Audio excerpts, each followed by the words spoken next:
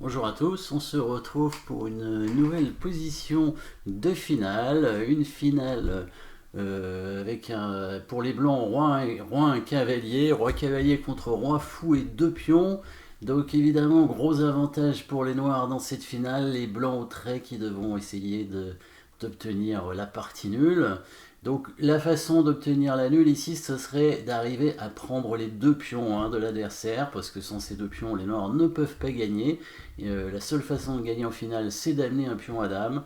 Donc le cavalier blanc qui va tenter de prendre ces deux pions. Et bien que les blancs soient en mauvaise posture, parce que ces deux pions, ce sont deux pions passés liés, et le fou des noirs est quand même pas si mal placé, parce qu'il peut très rapidement venir chasser le roi blanc avec cet échec. Le cavalier blanc a quand même quelques possibilités de venir prendre ses pions, évidemment avec l'échec directement, le coup forcé, l'échec qui permettra de récupérer au moins un pion déjà pour commencer, et si le cavalier est pris par le roi, on récupérait l'autre pion après. Donc les noirs ont peut-être une chose à faire quand même, qui serait de faire justement ce petit coup de fou intermédiaire avant de reprendre le cavalier, ce qui obligea le roi blanc à bouger, de façon à ce qu'il ne puisse plus attaquer le pion. Sauf que le roi blanc a quand même une case, malgré tout. Ce serait de se mettre juste à côté du pion, afin de garder l'attaque sur le pion qui reste. Il pourra venir ici, étant donné que le roi noir, s'il veut récupérer le cavalier, sera obligé de choisir entre le contrôle de cette case et la reprise du cavalier, donc la défense du pion ici que le cavalier va attaquer. Donc le roi blanc va venir a priori tranquillement attaquer le pion, et on va déjà voir cette première suite de coups avec cavalier h7 échec, donc le roi en f5 pour protéger le pion.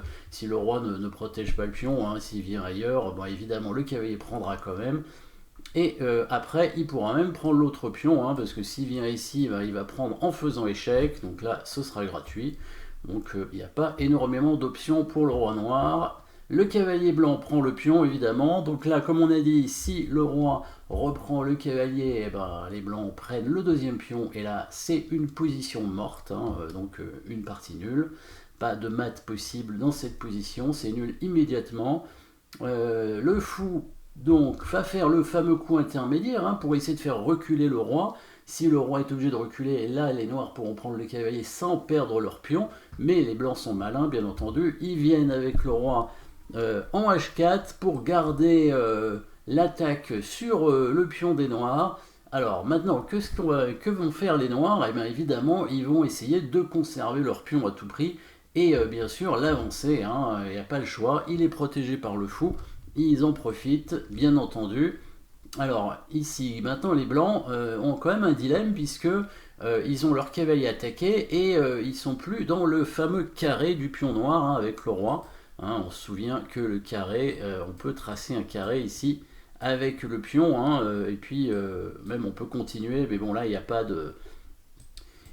ça arrive au bord de l'échiquier, donc on arrive jusqu'ici, donc le carré qui devient un rectangle du coup, il est ici, sur les cases en rouge, enfin les flèches rouges, à l'intérieur des flèches rouges. Si le roi blanc se met sur ces flèches rouges, il sera dans le carré du pion noir. Donc là, il est plus loin, évidemment, et le cavalier blanc est attaqué. Et si le roi blanc essaie de se rapprocher, le cavalier est pris. Voilà, tout simplement. Et là, comme le pion est protégé, les noirs pourront facilement gagner la finale en rapprochant leur roi du pion, tranquillement comme ça. Voilà, mettant les blancs en zugzwang, l'obligation de jouer.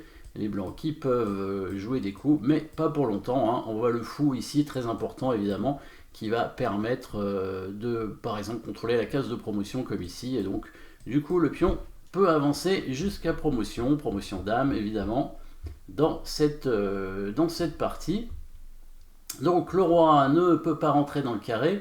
Du coup, qu'est-ce qu'on va faire? On va continuer d'attaquer le pion avec le cavalier, et en espérant une fourchette. Alors, il y a la possibilité d'une fourchette en se mettant sur la case en G4, pour essayer de venir sur la case en E3. Dans l'idée, si le pion avance, hop, petit échec, et le pion est pris. Donc là, Ce sera évidemment nul tout de suite, mais les noirs ne sont pas obligés d'avancer leur pion, ils peuvent jouer leur roi, bien entendu, pour contrôler la case du cavalier.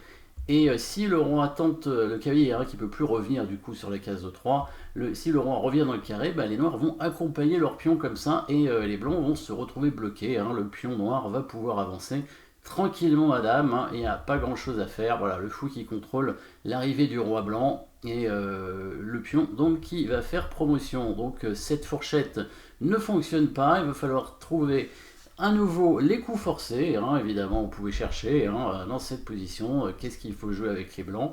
On va chercher les coups forcés et on va arriver à une position où le cavalier va menacer de revenir vers le pion avec le très bon coup cavalier H5 qui permet d'attaquer le pion.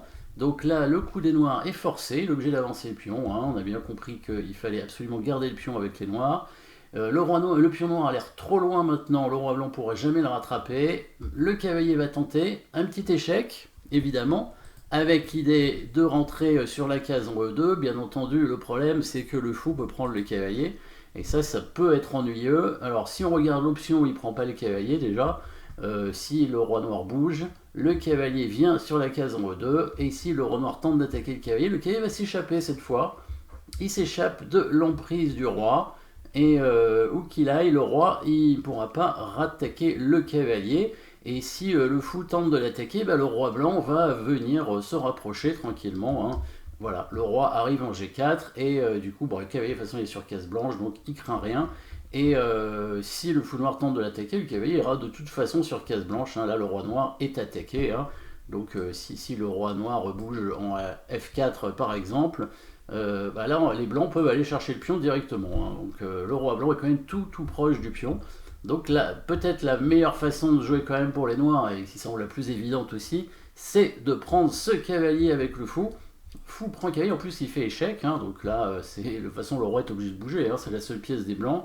Donc si le roi prend le fou, évidemment les noirs font dame, mais là on sait maintenant qu'on n'est pas obligé de prendre aux échecs, et on sait aussi que pour faire nul, il y a plusieurs options. Évidemment on peut avoir une position où il n'y a plus du tout de pièces sur l'échiquier, pas suffisamment pour mater, mais aussi le fameux pat, on commence à avoir l'habitude du pat, donc le roi, voilà, hop, qui vient attaquer le pion. Et ce pion, encore une fois, qui va être obligé d'avancer, qui va être obligé de se transformer en une pièce, et s'il se transforme en la pièce la plus forte, la dame, et le roi blanc est patte. Et comme c'est la seule pièce des blancs, la position est déclarée nulle. Si on fait promotion tour, ce sera la même chose.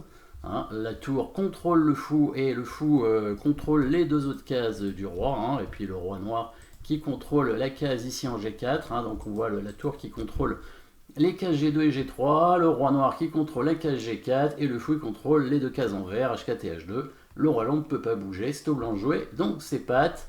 Évidemment, une autre promotion fait nul, la promotion cavalier permet au blanc de prendre le fou tout simplement, et d'obtenir une position morte. Voilà, petite finale, avec bien entendu, comme souvent, un pat à la fin. Merci d'avoir suivi cette position, et à très bientôt.